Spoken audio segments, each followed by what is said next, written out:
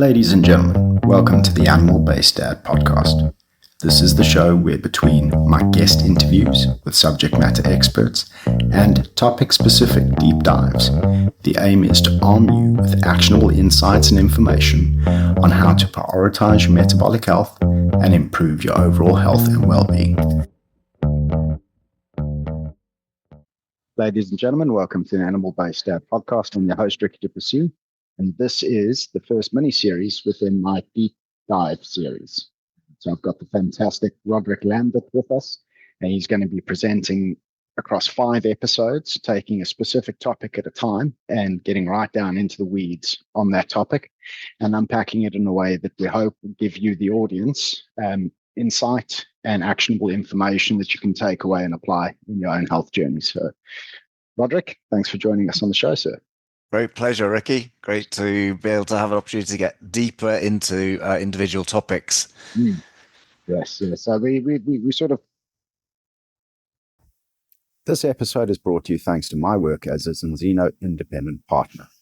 To find out more about Zinzino's product offering within test-based personalized nutrition, or to find out about how to join as an independent partner yourself and build a revenue stream in helping others take the guesswork out of their personal health journeys, please stay tuned because I'll be sharing information later in this episode.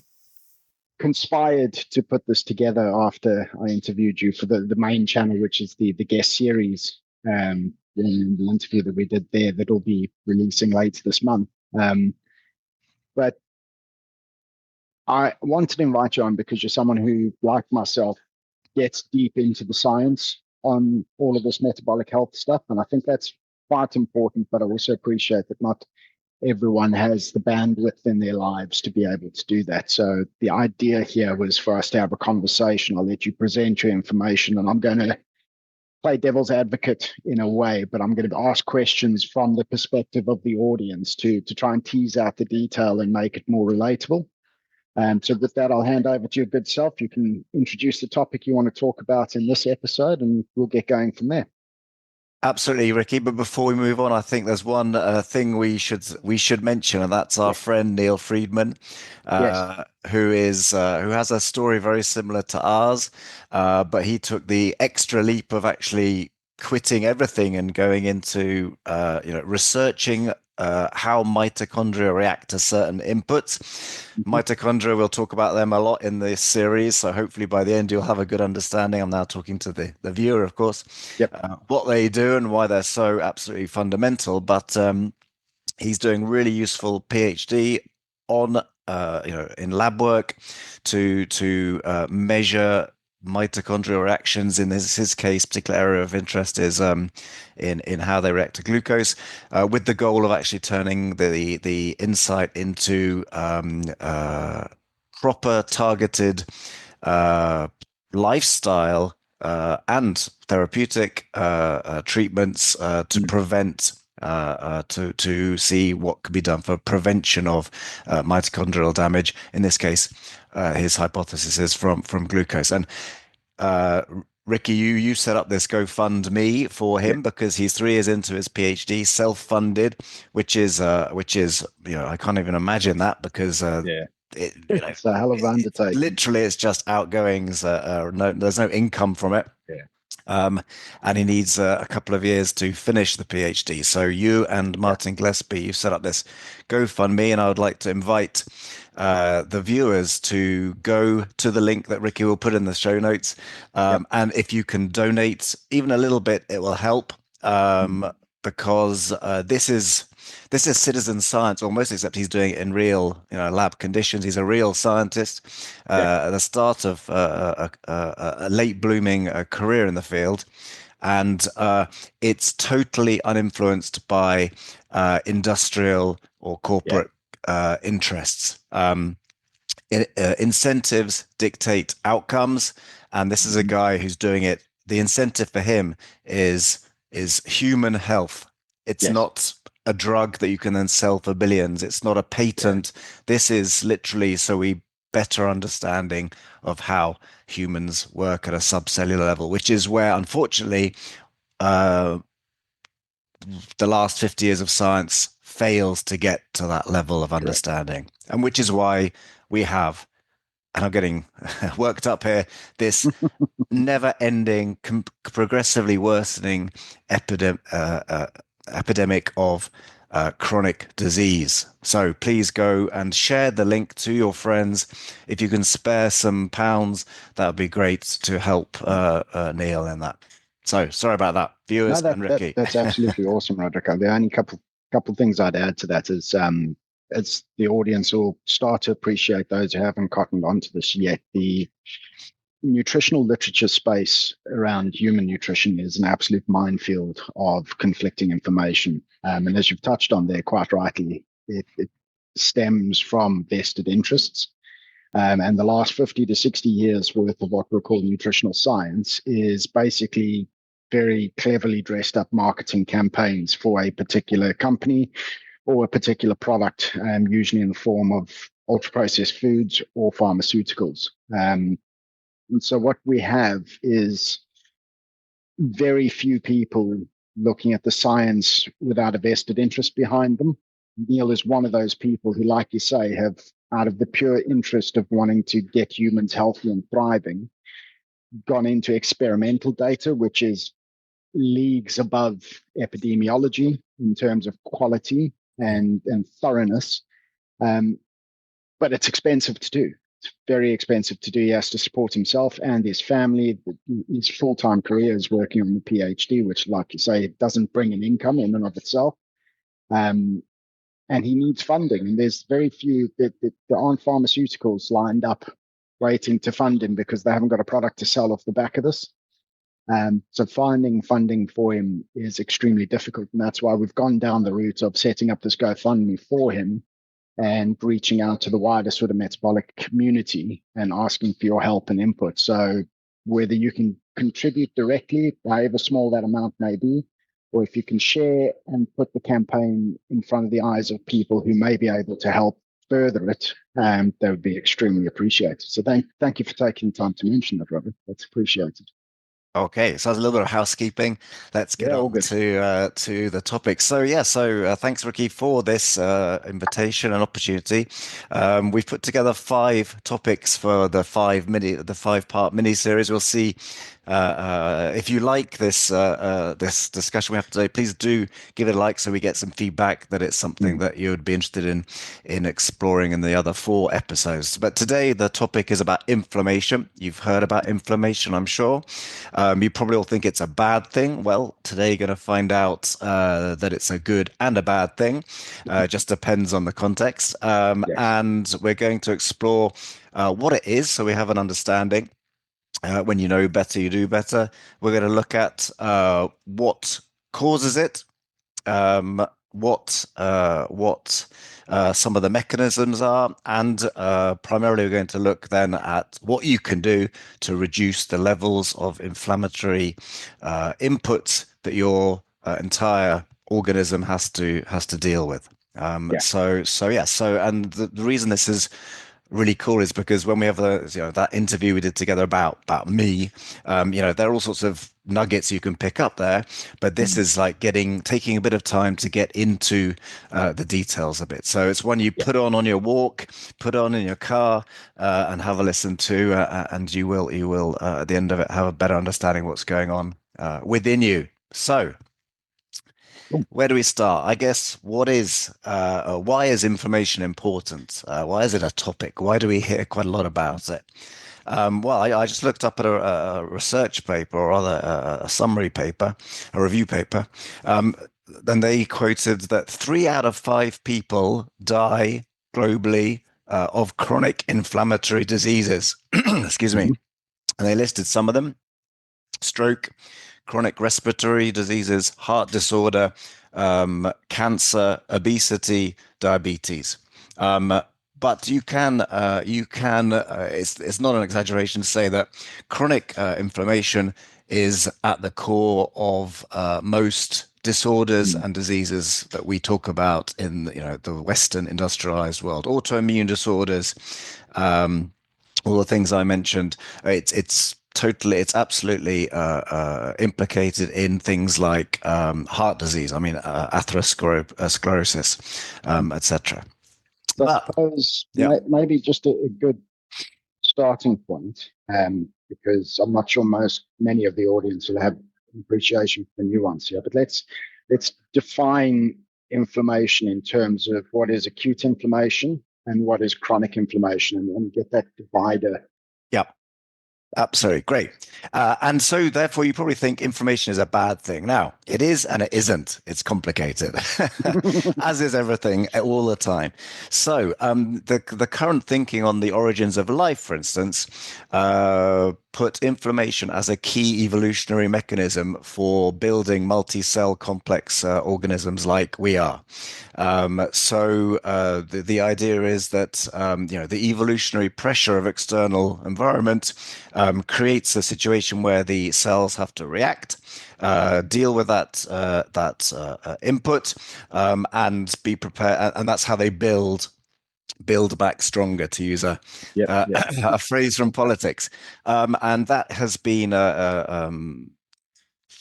suggested as being a key mechanism for how life actually developed from the very first combinations of chemical molecules to these incredibly sophisticated complex forms that we have today. So it's key. Inflammation is key, or that inflammatory process of.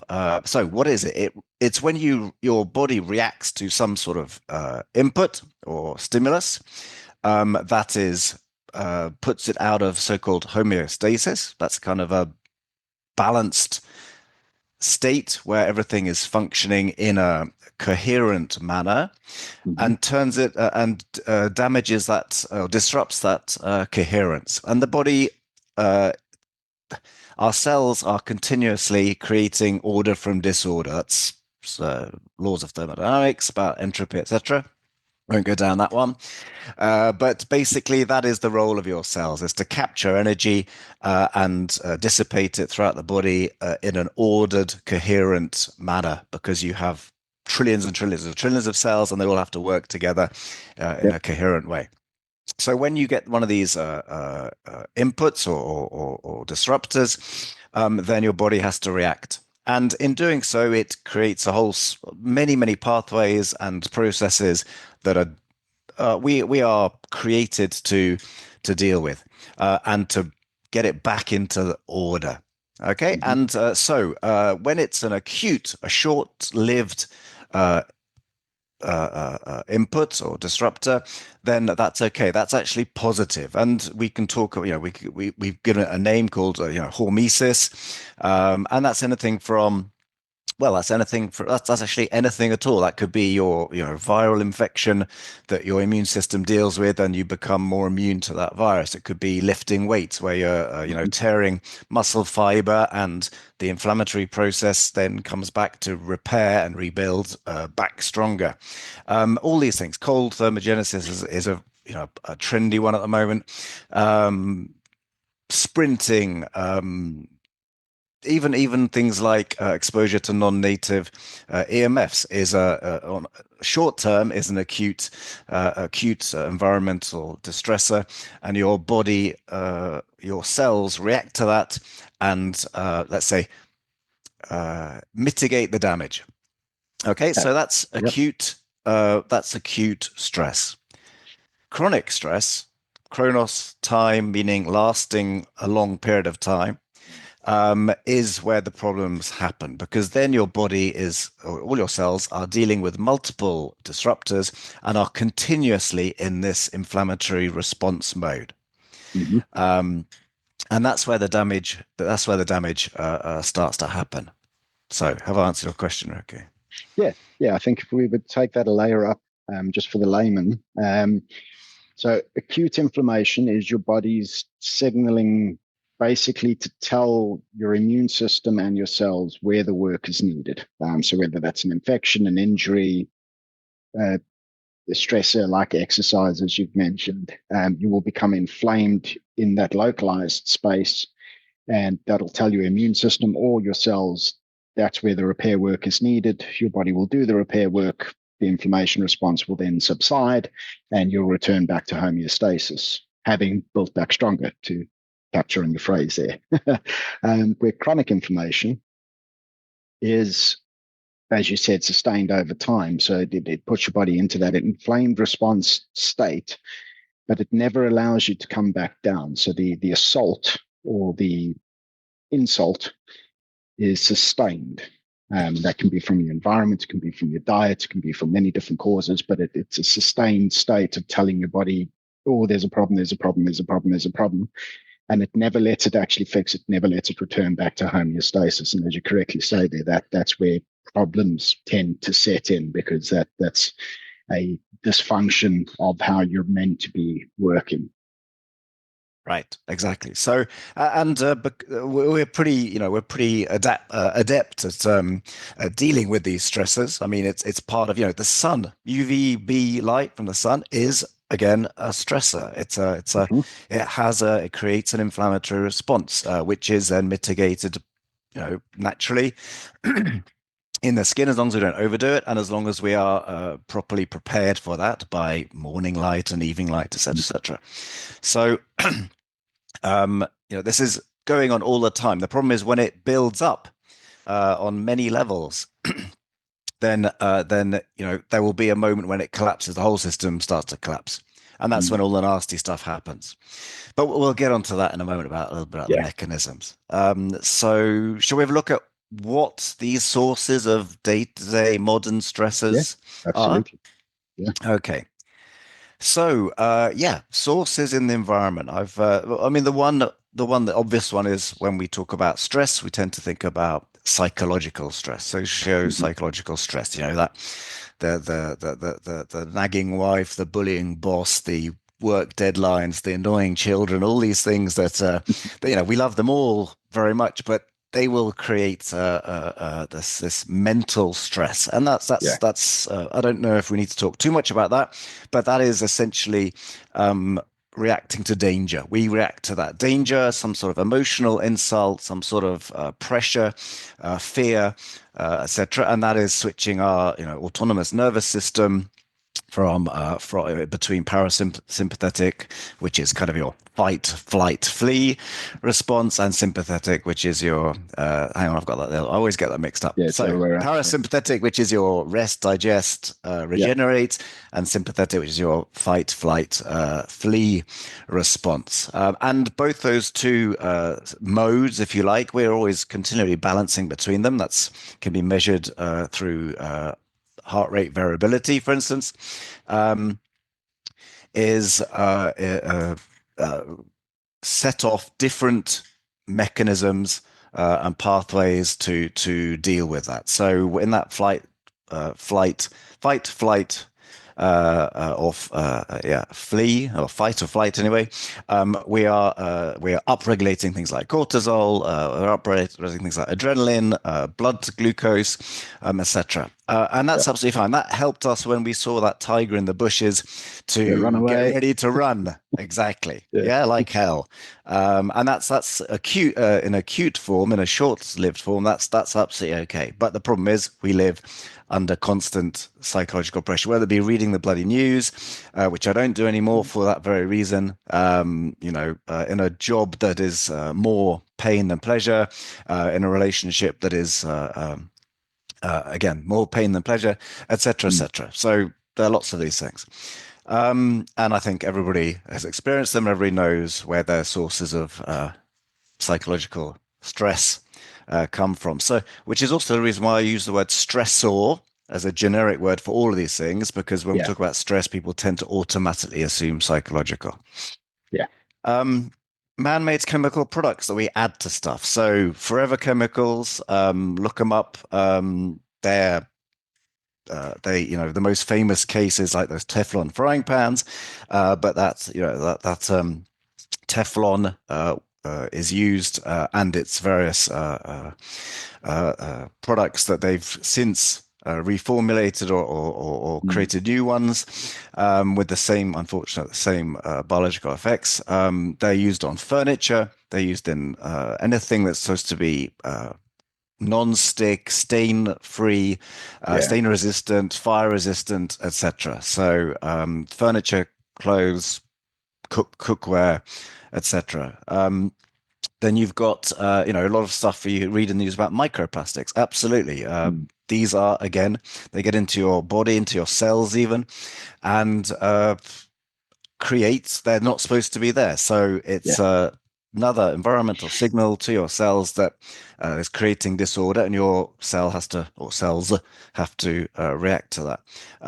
All those kind of things like fragrances and antibacterial agents and other chemicals like, I don't know, chlorine stuff in cleaning products and Mm. hygiene products, creams, makeup, deodorant, stuff you clean your furniture, your all this stuff has generally addition, added uh, artificial chemicals that we're not exposed to in nature. And by the way, the Mm. benchmark for what your body has evolved, the type of stresses your body has evolved to deal with, is nature. Imagine yourself living out somewhere in the forest or in the savannah.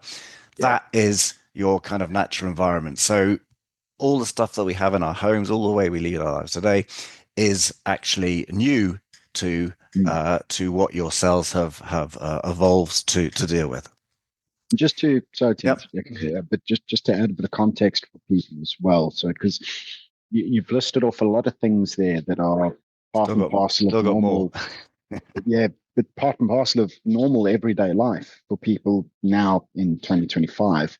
But what I think many people won't appreciate, and unless they actually think about it, is these are things that haven't been with us for all that long.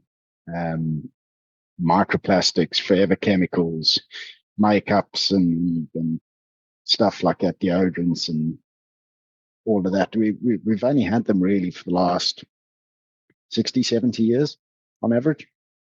And so we're only starting to see now multiple generations who have lived their entire lives exposed to this stuff, and now we're starting to gain an appreciation for the long-term impacts of it, which is why it may seem to be sort of uninitiated that, oh, now all of a sudden it's a problem. Well, yeah, because now we're starting to, the chickens are coming home to roost, and we're starting to get an idea of what these things do to us.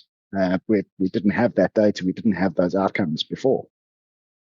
Well, yeah, great point, Ricky. And you've touched on a particular bugbear of mine, is that we've completely abandoned the precautionary principle. I mean, the thousands of food additives, that was the next thing on the list. Things like, even the wireless technology, it was introduced with minimum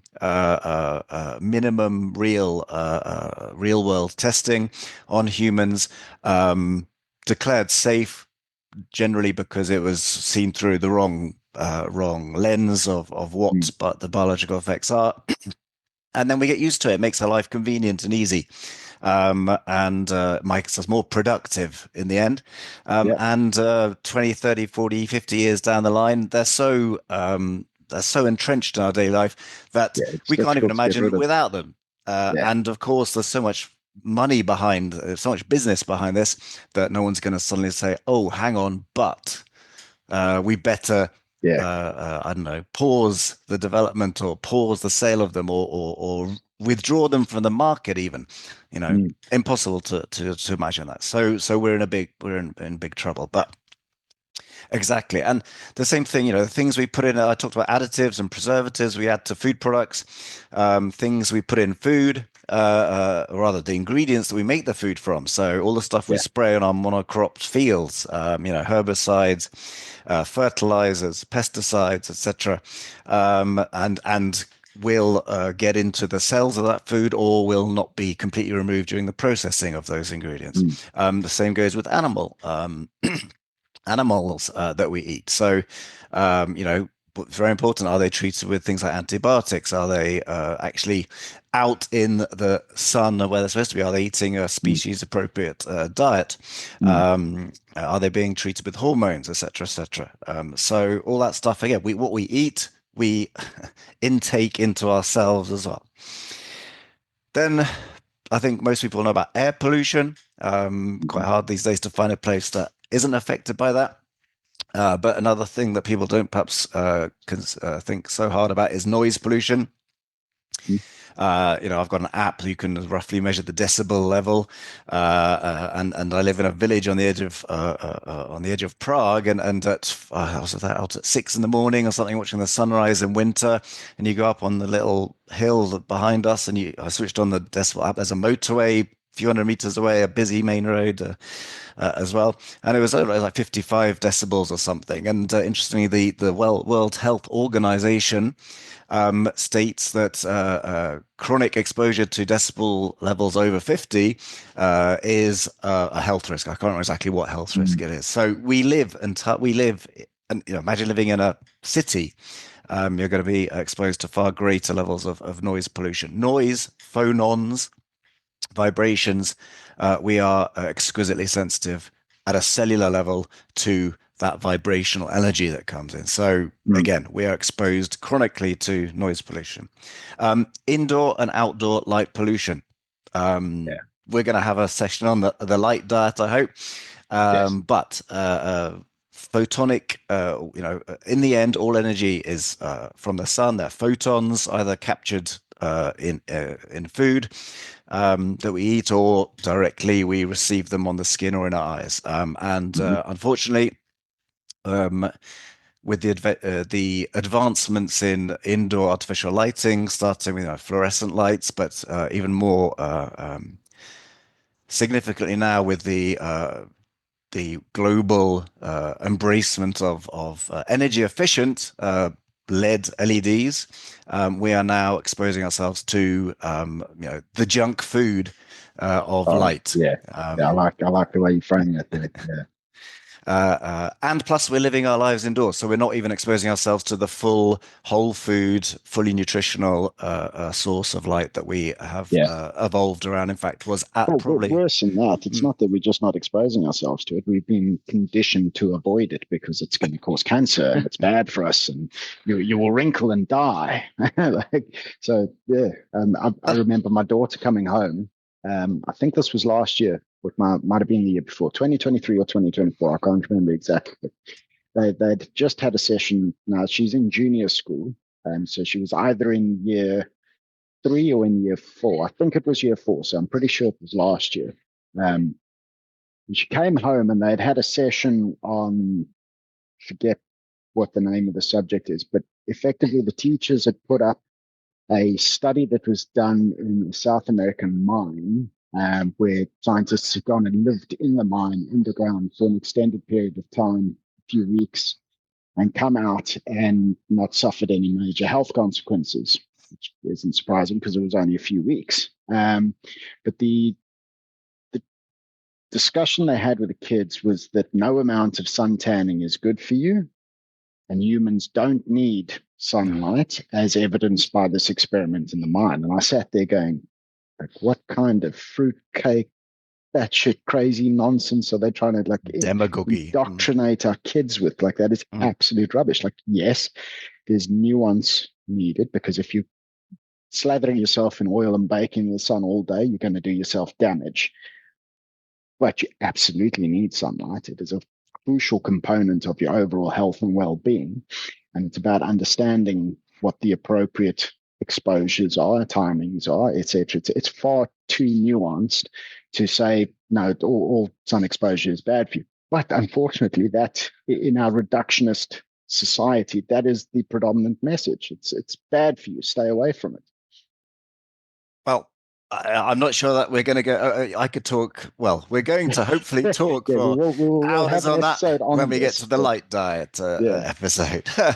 But absolutely right. And I also mentioned outdoor light pollution, because we now not only at home shine lights till late into the evening or even night, but our streets are filled with light. Warehouses, factories, supermarkets, panels, etc. So we are being bombarded with the wrong sort of light, the junk light, and at the wrong time at night when it's supposed to be dark. The only light we evolved around was, at night would have been from the moon and the stars. And even then, the reflected sun's light from the moon at full moon is still only around quarter, half of one lux in terms of intensity.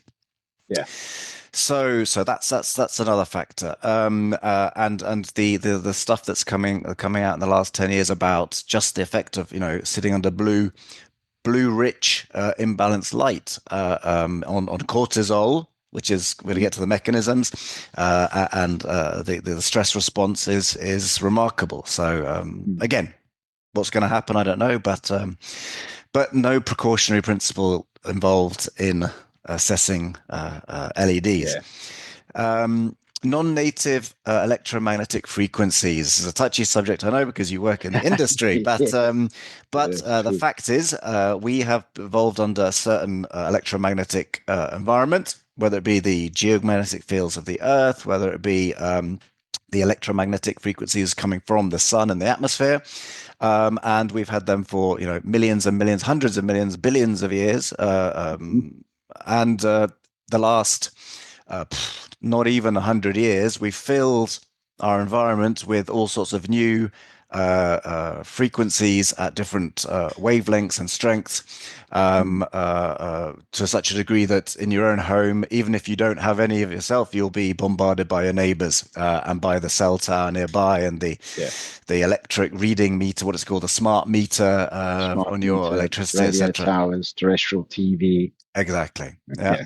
Yeah. And there is a good body of science that is, that clearly demonstrates that there is a precautionary principle to respect here, because there are clear biological effects, and then there's a whole body of epidemiological data that suggests there is a strong correlation between this and various different specific either types, groups of diseases or specific diseases.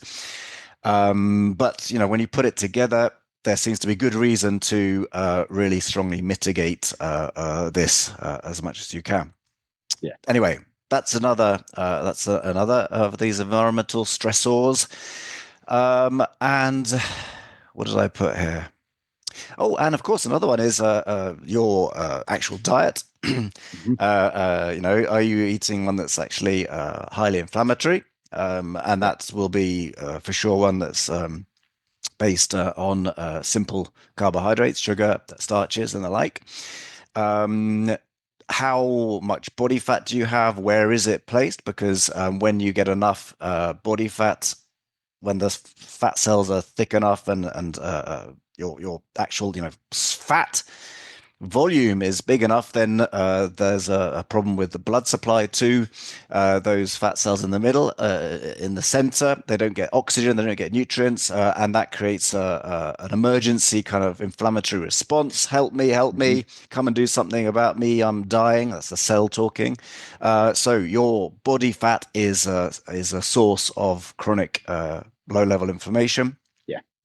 And disrupted circadian rhythms, and we're going to have hopefully a session on that too, because that is fundamental to all this. But that is, to be very brief, that's the most, let's say, significantly the 24-hour cycle that our entire biological system runs on, and it is governed primarily by the phases of light and dark that we have evolved to work. And all biological systems are governed by various periodicities, but the circadian one, the daily one, is the most important. Also governed by night, the phases of light and dark, of course, with different results in different animals, etc. So you can be nocturnal or etc. But nevertheless, the light signal is the key one that signals to that biological system what it's supposed to be doing, what order, what time. And when that's disrupted, then you create chaos and disorder again. And that requires your body to try and bring us back to homeostasis. So I don't know, I might have left out some. Anything you can think of? No, I think that the general picture is that modern life and modern environment is basically pro-inflammatory. And you're basically under constant assault. This is the key takeaway here. So it's not something that anyone is doing on purpose per se. It's just the reality of the environment we've created for ourselves. And it's recent. It's over the last 60 to 100 years. So blip on the radar in terms of our overall time on the planet, regardless of which lens you look at that through, whether you're coming at it from an evolutionary perspective or creationist perspective, it's blip on the radar. It's the very, very recent, like the last minute, if our existence were 24 hours. So yeah, we've created an environment which isn't that great for us overall. Okay, so what do we look at next? Do we look at the mechanisms and then look at what to do about it? Let's go quickly to the mechanisms briefly. So, because it's kind of important to have a basic idea. I mean, we'll be talking about the mitochondria a lot, and it seems, particularly in the scientific community and slowly creeping into the mainstream, that we need to look at mitochondrial action to get to the root cause. And again, a hat tip to Neil Friedman, Yes. and don't forget the GoFundMe campaign. That is where it's at. At least concerning our technical ability to, we now have the technology to much better look at this area. Hey everyone, I hope that you are enjoying the discussion so far. I apologize for interrupting the episode, but I just want to take a moment to talk to you about the work that I do with Zinzino. Zinzino are a brilliant Scandinavian biotech and life sciences firm. Their concept of test-based personalized nutrition is absolutely revolutionary, and they are the pioneers of test-based personalized nutrition. I use their products and solutions myself and my family. In fact, we use multiple of their products. And Zinzino has been instrumental in helping me identify that I was omega-3 deficient, horrendously so, and to get my omega-3 deficiency resolved. You see, their at-home tests give you the data and insights needed to inform your dietary strategy to see whether you have any key essential nutrient deficiencies or imbalances that need addressing. And where you do, they have targeted supplementation stacks that are personalized to you according to your age, sex, and body weight, which means they are most effective to get you back to optimal. This isn't about just avoiding deficiency.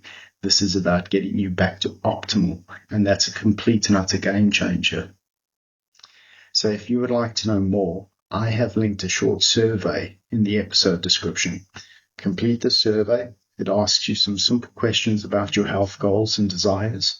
It takes less than a minute to complete, and what I'll give you off the back of that is a personalized product recommendation out of Zinzino's solution catalog, telling you which I think best suit your desires and needs and why. I'll then also personally reach out to you to see if there's any questions or queries that I can answer. Let me take the guesswork out of your health journey. So, onto the mechanisms. But I want to come back to one point you said, you mentioned that's really, really important, is that it's the exposure over time that is really important. Yeah. You won't drop dead because you're holding a mobile phone in 1 week. This is the biological effects that happen. It's over repeated and chronically over time. It takes years and decades for these things to demonstrate their effects, and that's really, really important. So that you have a little bit of microplastic in your food is probably okay. If you're having it continually, then that's where the problems start. Toxicity leads to. Right. Okay. So, yes. So again, the mechanism. So, there's probably the main one is this mitochondrial reaction. Your mitochondria do many, many things, but the most important ones are they create ATP, which is that cellular energy for your cell. They create in that process, they create various byproducts like reactive oxygen species, reactive nitrogen species, etc.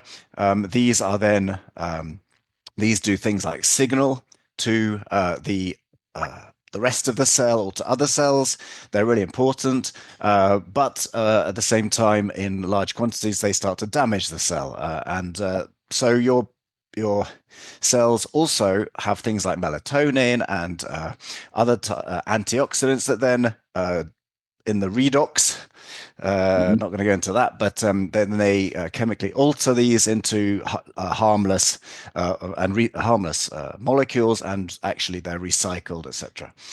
So that process is also something that happens, and those are probably the two most important things to talk about in relation to the mitochondria. So what happens when your mitochondria is overloaded with these signals, or when you get this inflammatory response, this stressor, then the various pathways upregulate this process. They will change what it's doing. They might reduce ATP reduction to increase reactive oxygen species. You have things like cytokine reactions.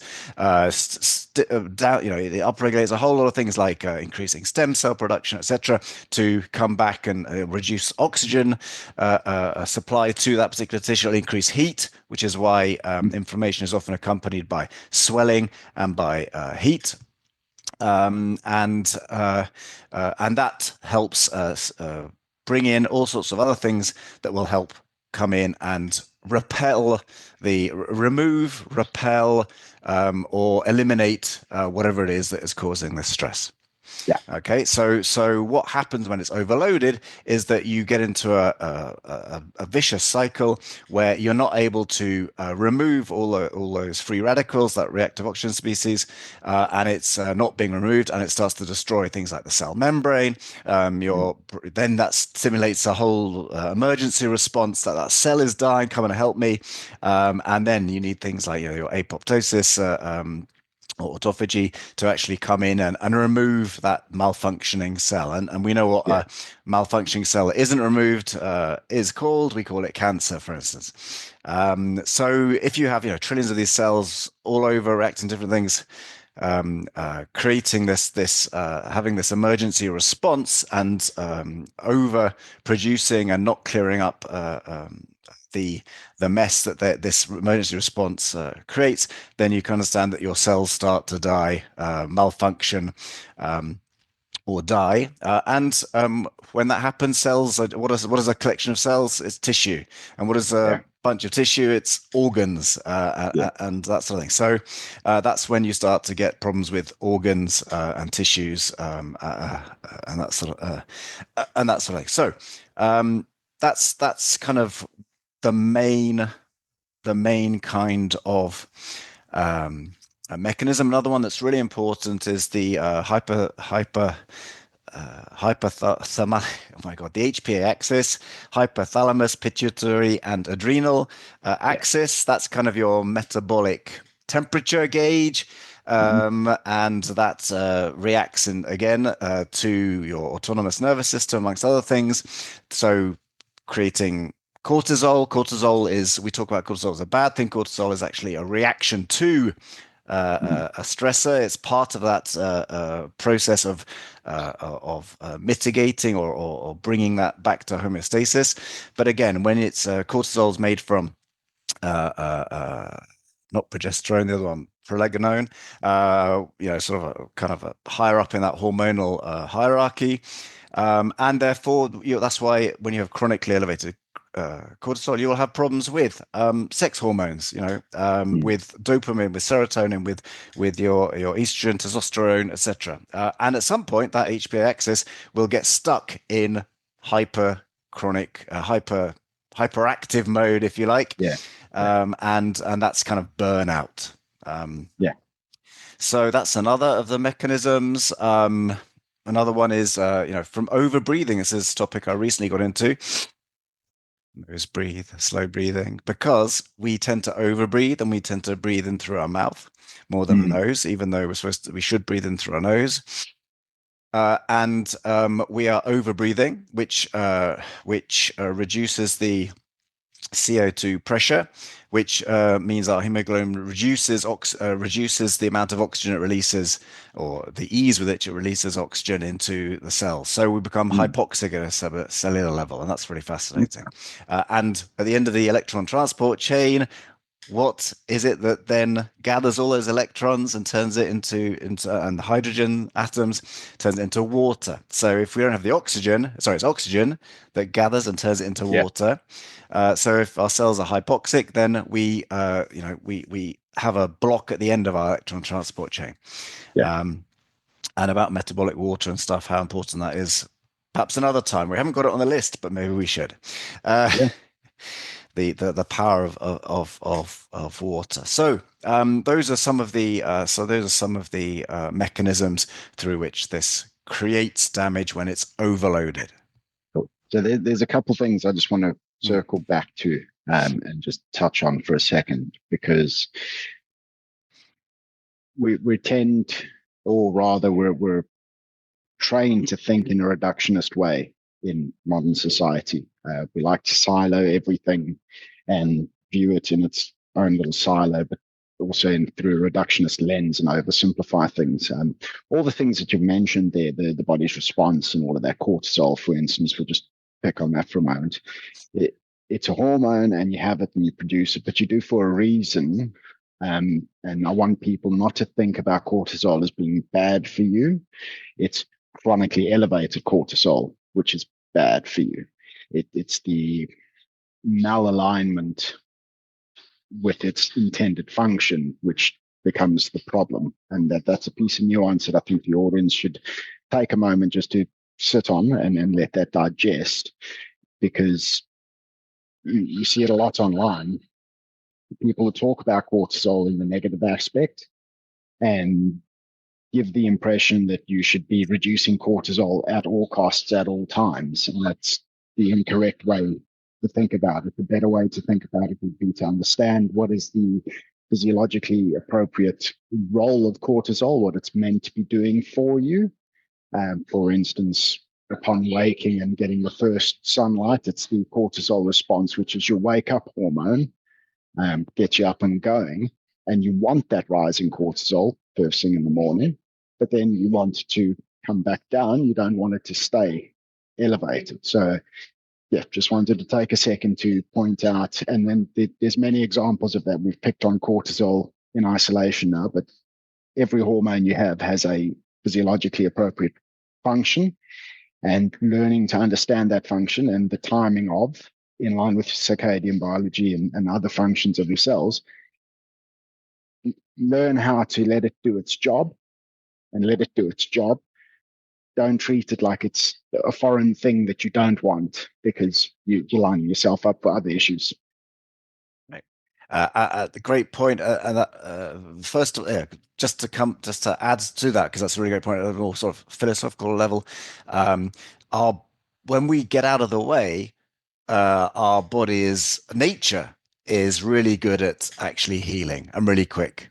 Yes. It resists damage a long time. It's really stubborn and obstinate in that respect, which is great. Mm-hmm. Which is why it takes decades to actually manifest symptoms that we diagnose as chronic disease, even if the damage has been progressively building for a long time prior to that. But once we get out of the way of the natural processes, systems, periodicity of how our cells and bodies work, then actually it's quite quick to build back. And just the analogy that I use, when you knock down a factory or a building and it lies deserted for years, nature very quickly retakes that space within just a few years.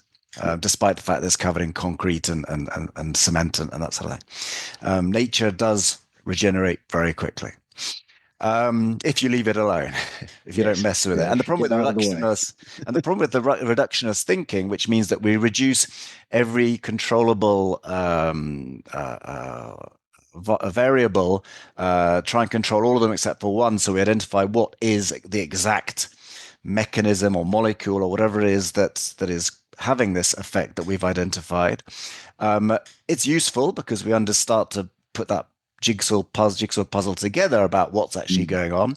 But unfortunately, it gets taken and you get this therapy that is targeted at exactly this one pathway or this one molecule. But we are an incredible synchronicity of thousands of chemical reactions, biophysical reactions, pathways going on that are all interlinked at the same time in a timetable that we still haven't really understood yet, or how it works. And that's where the area of quantum biology is so fascinating. But Yeah. that's for perhaps a year's time.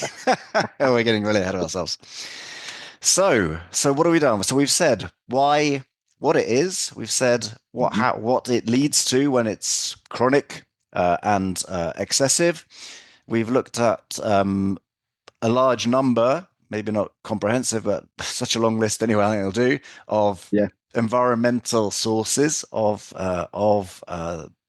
that trigger the inflammatory response. We looked at the mechanisms briefly. I reckon we could move on to actually what you can do to help yourself. Get out of the way. Get out of nature's way.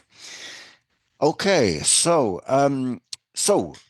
I if you rewind, you'll hear a long list of all the various environmental sources. The obvious answer is, if they are things that are creating a chronic inflammatory response, then remove them. But that would mean going back to live like your evolutionary benchmark somewhere in the forest, miles away from anywhere. Not everyone can do that. Well, I don't think anybody wants to in this day and age. We're spoilt, but on the hand, it is comfortable, isn't it? I mean, let's face it. We wouldn't be having this conversation on this medium. So start with the lowest hanging fruit. I mean, if you go through that list, it's about reducing or really choosing your cosmetics, your home detergents carefully. It's about things you can do with non-native EMF. Schedule your router to switch off at night, so that or Wi-Fi anyway. So you're not irradiating yourself for those hours when you don't even need the Wi-Fi. At least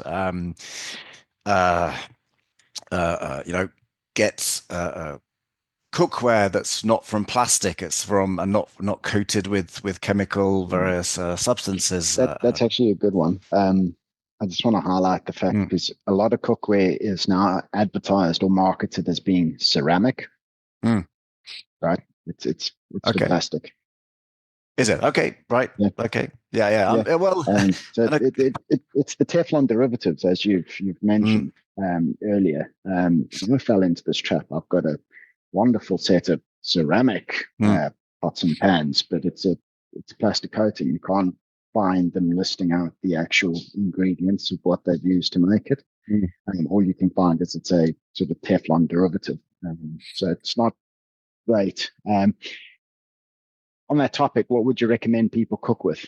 Because life is busy and people don't like to spend hours scrubbing pots and pans. So what are some of the ways to work around this?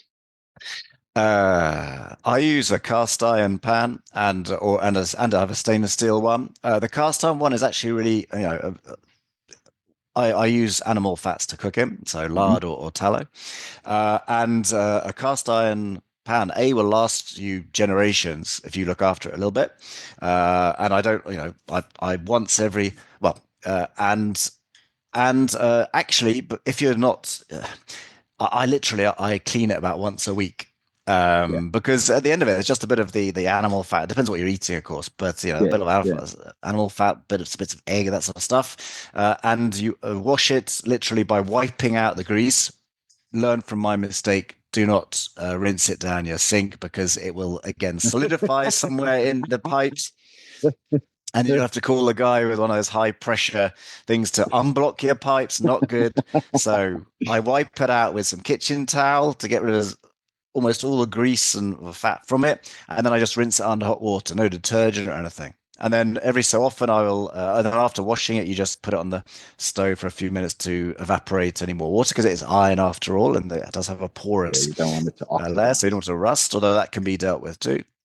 And then you just coat it with a bit of oil while it's hot. Just anyway, so that's really easy. Actually, very little washing, because you just do it once a week. But it does take longer to heat up, and then keeps the heat for longer. Stainless steel. So those two things, and wooden utensils rather than plastic, etc. But yeah, light. So yeah, remove the sources. So your house lighting, and that'll be a lot about that in the light diet, what to do. But reduce your exposure to LEDs, not just at night, but even during the day. Use natural light, ideally with an open window like I have. You can't see it, but my window's open. The sun, Yeah. spring sun is shining down on me. So basically just go over that list and just look at each section and think about, if you want, I've got a sort of 20-minute excerpt from a group coaching session I did of the lecture on these. So Yeah. you can go We over can that. link that in. Yeah. Yeah, and you can go over that and just look at the lowest hanging fruit that you've got, from each particular section, and that you're going to start making a difference there. Fasting is a really good way of bringing your body into a highly regenerative, anti-inflammatory state.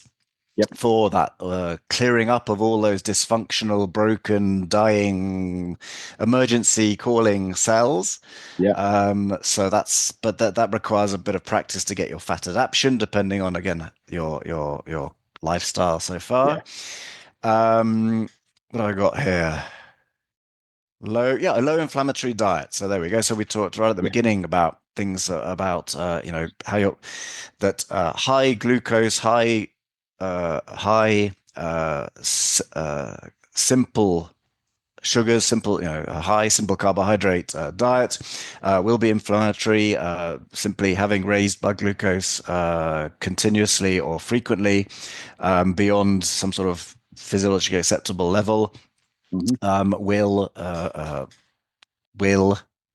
create damage, injury to your endothelial cells on the linings of your veins and arteries, and that will create an inflammatory response.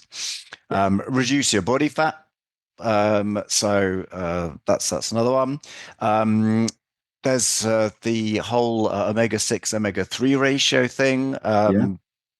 I guess you've got stuff on that on your channel, so go and have a look at Ricky's channel about that. But it's been pretty confidently shown that that while both these types of fatty acids are essential, meaning we have to consume them from our diet, we don't produce them ourselves, we have massively changed the balance between omega-3 and omega-6. Very kind of high level, omega-3 is anti-inflammatory, omega-6 is pro-inflammatory. That always sounds bad, but as you hopefully understood today, inflammation is part of how we function as biological systems. Yeah, it's a necessary response. But nevertheless, that ratio is supposed to be 1-to-1 or let's say 4-to-1 maximum towards omega-6. And today it's 20-30. I had a client do the Zinzino, the balance oil test, 83-to-1. So I think that's got to be right up there with like some of the record holders, because that and for people to have an appreciation of this, what we're talking about is within your cells, you have a ratio of omega-6 particles, omega-3 particles, and those are the family names of the fatty acids, as they were, and you get different specific fatty acids within each branch, so to speak. Now, your omega-6s, as you correctly mentioned, they are involved with your pro-inflammatory cascade of responses. And your omega-3s are involved in the toning down, the dampening of that pro-inflammatory state. So we'll call them anti-inflammatory. They're involved in bringing you back to homeostasis. And you want the correct ratio of these two because you need your cells to be able to function correctly in response to an external stressor, switch the inflammation on when it's appropriate and necessary, and then turn it off once the job's done, and then we can go back to being normal. And modern diet, being rich in omega-6s through the influx of grains and seed oils and stuff like that, has put us into this imbalance. It's taken us away from homeostasis. And so we've got far more omega-6 floating around within us than what we do omega-3s. People tend to be overabundant in omega-6 and deficient in omega-3. That's unfortunately the natural state of people in the modern Western world as a result of our diet. And so what that does is it puts you into a state of, when you have a pro-inflammatory response, you haven't got the omega-3s there to contribute to the turning off of that inflammatory response. So you're contributing towards chronic inflammation. Right, exactly. So And a that's good strategy. and that plays out well in the scientific literature. I mean, the correlation and even strong evidence of causation that when the balance is imbalanced, then you're damaging even the integrity of the cell membranes. And Yeah. at the beginning, I talked about, or somewhere in the mechanisms about mitochondrial, the key role of mitochondria, and when you've got an overload of oxidative stress, then one of the things it starts to do is to disintegrate the cell membrane. Yeah. Correct. Yeah. The strategy-wise there, yeah. I'd say what most people tend to hear when we talk about stuff like that is, oh, just avoid omega-6s. I think it's more nuanced than that, and it'd be good to unpack that a little bit. I think people need to recognize that they're probably not getting anywhere near adequate amounts of omega-3 in their natural diet, because the modern Western diet is devoid of omega-3s. That's just the unfortunate truth. So there's a balance that needs to be sought, and dieting, or rather, I'll frame it as trying to correct it via your diet itself is always the best port of call for that, because you want to be obtaining your essential nutrients from your diet. So whole food sources, oily fish, herring, sardine, salmon, mackerel, stuff like that. Absolutely fantastic. And if you can get that into your diet in adequate amounts, that's the best way to correct that. And then paying attention to how much omega-6 you've got in your diet, and not completely eliminating that, because as we've mentioned, it's an essential nutrient. You do still need it. It does still have a function. I'll go back to what we said about cortisol a while back. It's more about understanding what it's supposed to do and allowing it to do its job versus trying to get rid of it. So you need to just bring your consumption back into balance, so to speak, and make sure that you're getting almost equal amounts omega-3s to omega-6s to give your cells that healthy ratio. Given you've made it this far into the episode, I can only assume that human metabolic health is a subject you find fascinating and engaging, and it resonates with you, and that's absolutely awesome, because we're very much alike in that regard. And because of that, I want to take a moment to talk to you about potentially becoming a Zinzino independent partner in the same way that I have. You see, Zinzino have tremendous opportunities available for independent partners, meaning people who decide that they don't just want to be a customer, but instead want to use the concept of test-based personalized nutrition to benefit their own health, to take the guesswork out of their own health journeys in the same way that I have, but then to build that user story, to build that testimony of the difference that that's made in our health journeys, and use that to market Zinzino's product, to market the concept of test-based personalized nutrition in the exact way that I'm busy doing right now, and bring on board other customers and other partners to grow the distribution network. And in doing so, you get handsomely rewarded through their compensation scheme, which is one of the best that I've seen in the industry. So if you'd like to explore setting up a side revenue, whether it be something that you only do a couple hours a week, or something that you put a little bit more effort into and build into a full-fledged career, or anything in between, get in touch and let's have a talk about the opportunity and how this might be the right fit for you, not only to take the guesswork out of your personal health journey, but to also build you additional income streams that help to improve your financial situation and the possibilities for you and your family. Absolutely. Another tip, particularly if you're a vegan orientated or vegetarian, then you actually go straight to the source of the omega-3 and eat the algae and the seaweed, etc. that the fish themselves eat. I mean, so that's also an option of increasing your consumption.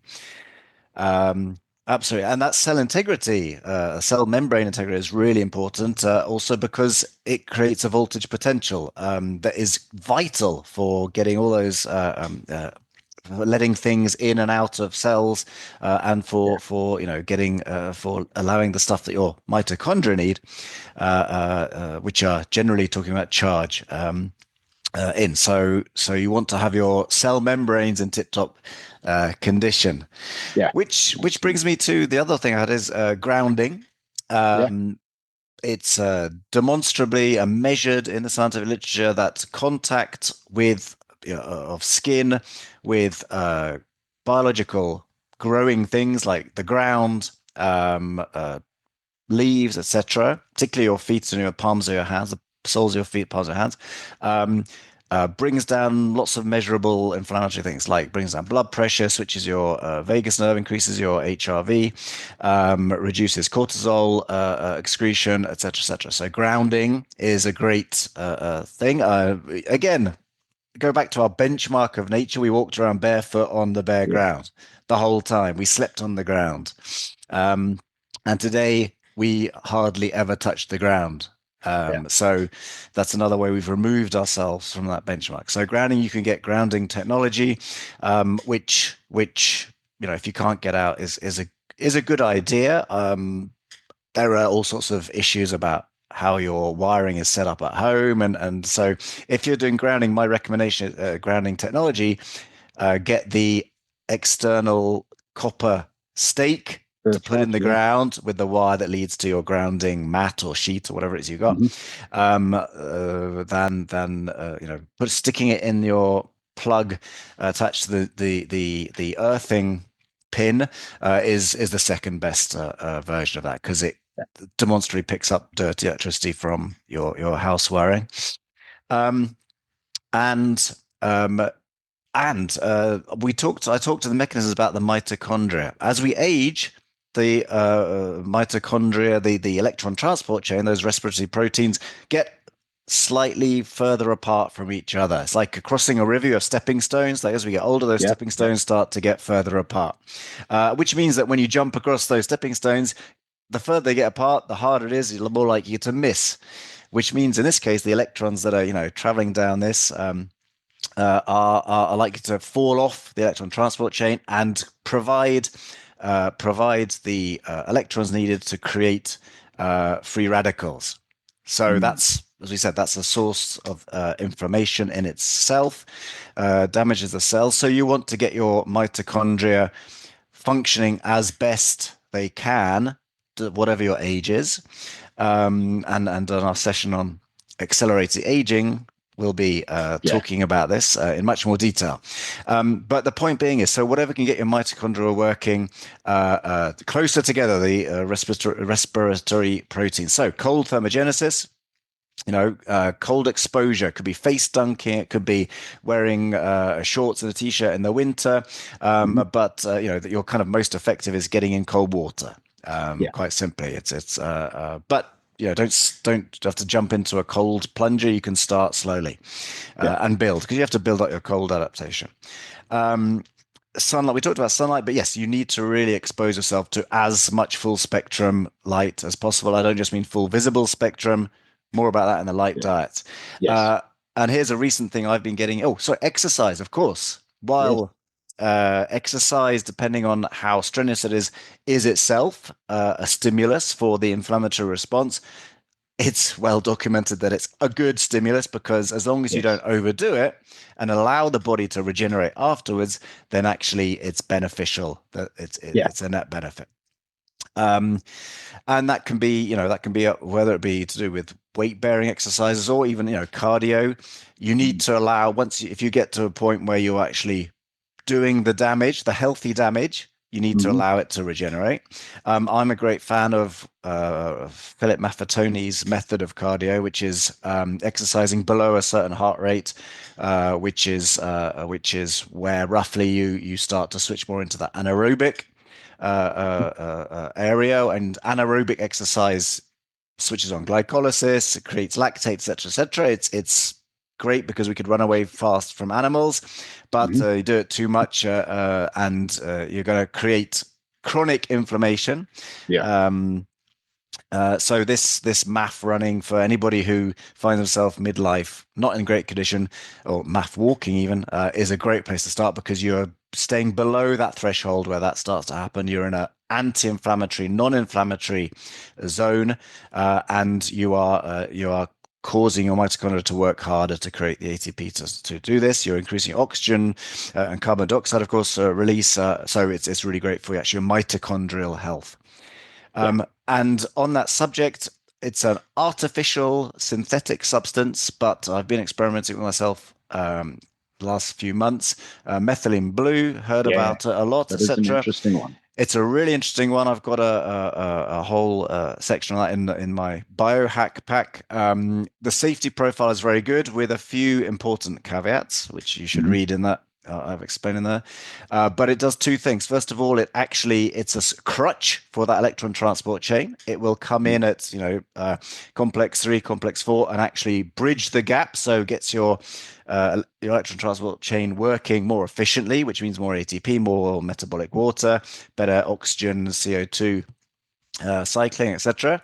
So that's one benefit. And the other one, it's a cyclical antioxidant. So it reduces or oxidates depending on what is required at the cell. So, and it does it repeatedly, it switches between the two. So it is essentially, it's clearing up all that damaging excess oxidative stress that may have accumulated in your body. That is a fascinating one, because that was originally a industrial dye. Yeah. Yeah. How they managed to get that to do what it does in mitochondria is absolutely fascinating. But happy accident. So safe to say it was never intended for that use. I'm not sure, how that accident happened, but I know that it was used as a anti-malarial, its first use, before they, quinine, and then and methylene blue was used as anti-malarial. It's used even clinically when you have things like carbon monoxide poisoning. Chances are you'll be strapped up to an intravenous drip with some methylene blue in to help get the mitochondria working, to get that oxygen cycle to reoxygenate, or rather allow the hemoglobin to start releasing again oxygen to the into the cells. It's been studied for cancer research. It's been studied for dementia and Alzheimer's. It's been through quite a lot of studies. The one thing that really is, I think mechanistically we can say what it does. I just said the two things. Helps make the mitochondria more efficient, and it acts as a cyclical antioxidant, reoxidant. And the safety profile, with a couple of caveats, is very good for doses that are really quite high. But anyway. So those are some of the things you can do. What would you add to that, Ricky? I would, and this will come back to my 5 pillars concept, which I'm busy building on, and I'm busy with my second book, specifically targeting that at the moment. But I think a good place for people to start is to recognize that modern lifestyle is very far removed from what is ancestrally appropriate. And what I mean by ancestrally appropriate is that we cast our minds back to the pre-industrial revolution, and we just try to picture what life would have looked like for people living in that space. So, they would have been eating a more physiologically appropriate diet, because they would have been eating seasonally what was available. Meat would have been the primary thing that they were after. Plants available in season, used to augment and supplement the meals. People would have been working physically, regardless of what they were doing. They would have been working physically. They wouldn't have been sedentary. And the sedentary lifestyle is a modern thing. We've only truly been sedentary for the last 50 or so years, and specifically since computers became a thing, and it became more commonplace for people to be sat in front of a computer, and that became the medium for their work. Before that, there was always physical components involved. So movement was there. Sleep, we didn't have the amount of entertainment or distraction. You weren't sitting up late at night. I remember mean, I turned 40 this year, but I remember when we first got TV, and it started at a certain point in the evening and it finished at a certain point in the evening.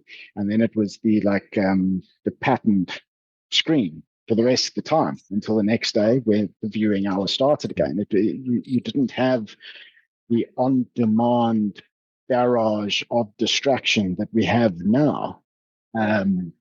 So you would sleep at appropriate times because there's nothing else to do. You weren't able to distract yourself the way we do now.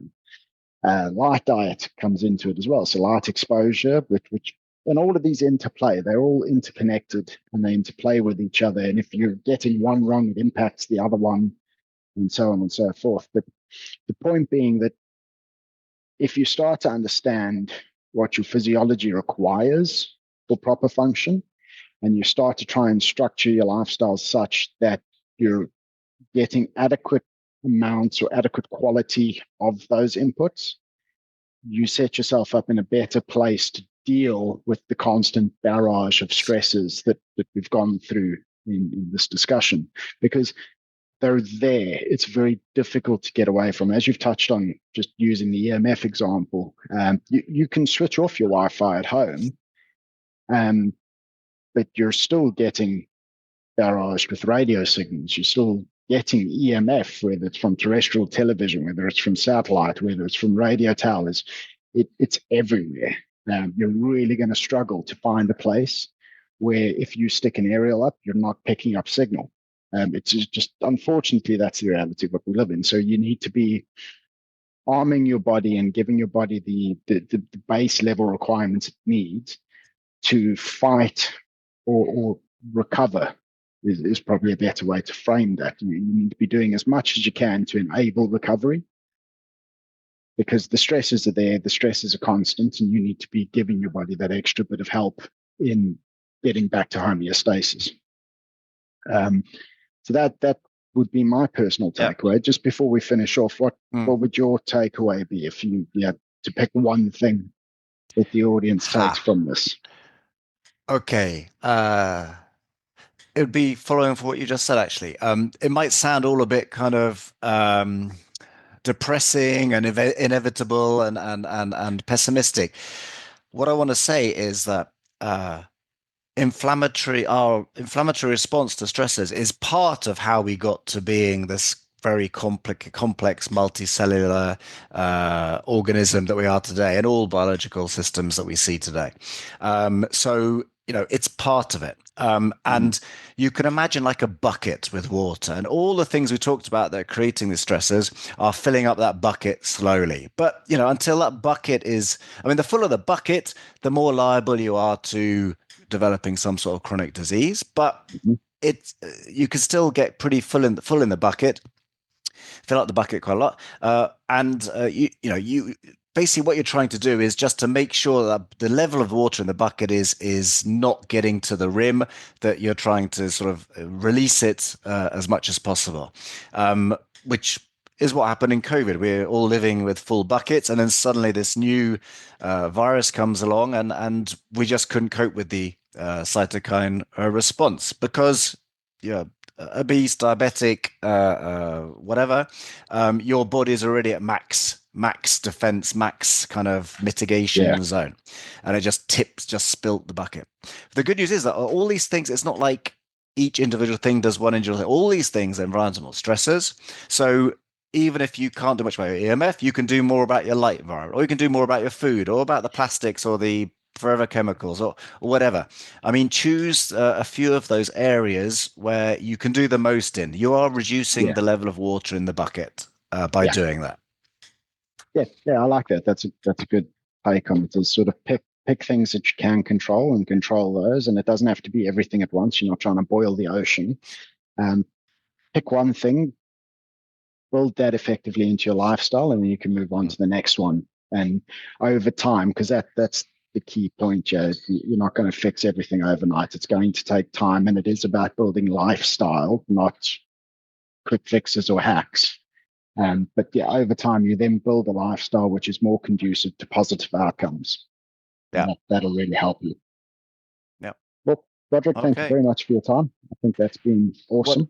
One challenge to the viewer, the listener.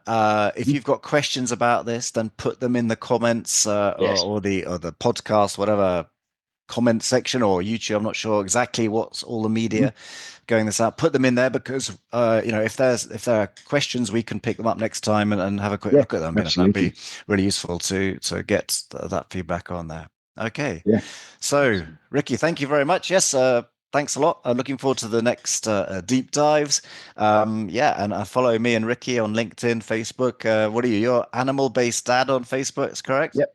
Animal Based Dad on Facebook, on YouTube, um, Instagram, TikTok, and elsewhere. And then, yeah. Talking about tech abuse, tech exposure. Yeah, and then Ricky Duplessis on LinkedIn. Right, and I'm Roderick Lambert on LinkedIn and Midlife Metabolic Health on YouTube, Facebook, Instagram, and don't forget to put that GoFundMe for Neil That'll be linked in the show the notes. episode description, so people can go down and see that. And then the other thing for the audience, just before we do end, we will also include some links to some studies to just evidence what all the things that we've discussed today, so that people can go double check for themselves. We're not just blowing smoke, we're not making things up. The scientific literature is there, and it's quite compelling. So we'll just take sort of some of the seminal pieces for each of the topics, or each of the key points, and include that in the show notes as well, so people can go and reference that for themselves and just double check that we're talking sense. That's true. Always do your own research, but I think because I don't think there's enough room in the show notes. But what I can provide is a few compendiums of selected papers for people to review. Yeah, that exactly. Admittedly are not my own creation, but the credits to who put them together will be there, so you can also follow them and learn from them too. Good stuff. All right. Thank you for your time, everyone. Enjoy your day. Have a great sunlit day. Bye. Ladies and gentlemen, thank you very much for watching the episode. I hope that you found the conversation meaningful and informative, and I hope that it has empowered you with some tools and insights that you can take to tweak and improve your own lifestyle approach in pursuit of optimal metabolic health outcomes. If you've enjoyed the episode, and if you're enjoying the podcast, I'd like you to do me the kindness of please subscribing to the channel, giving it a like, maybe even giving it a share. Help to raise awareness and get the podcast in front of as many viewers as possible, because it is my passion to try and help as many people as possible to understand more of the nuance around metabolic health and how to tweak their lifestyle in pursuit of optimal outcomes. Also, if you have any constructive feedback, things that you think I could improve on, any critiques, any criticisms, please do feed them back. I give you my solemn word that I will take them seriously, and I will, to the best of my ability, work to improve and to give you a more refined and more targeted product as a result of your feedback. So I will take it seriously, and I'll do what I can to improve the show. But again, thank you very much for watching. Keep thriving.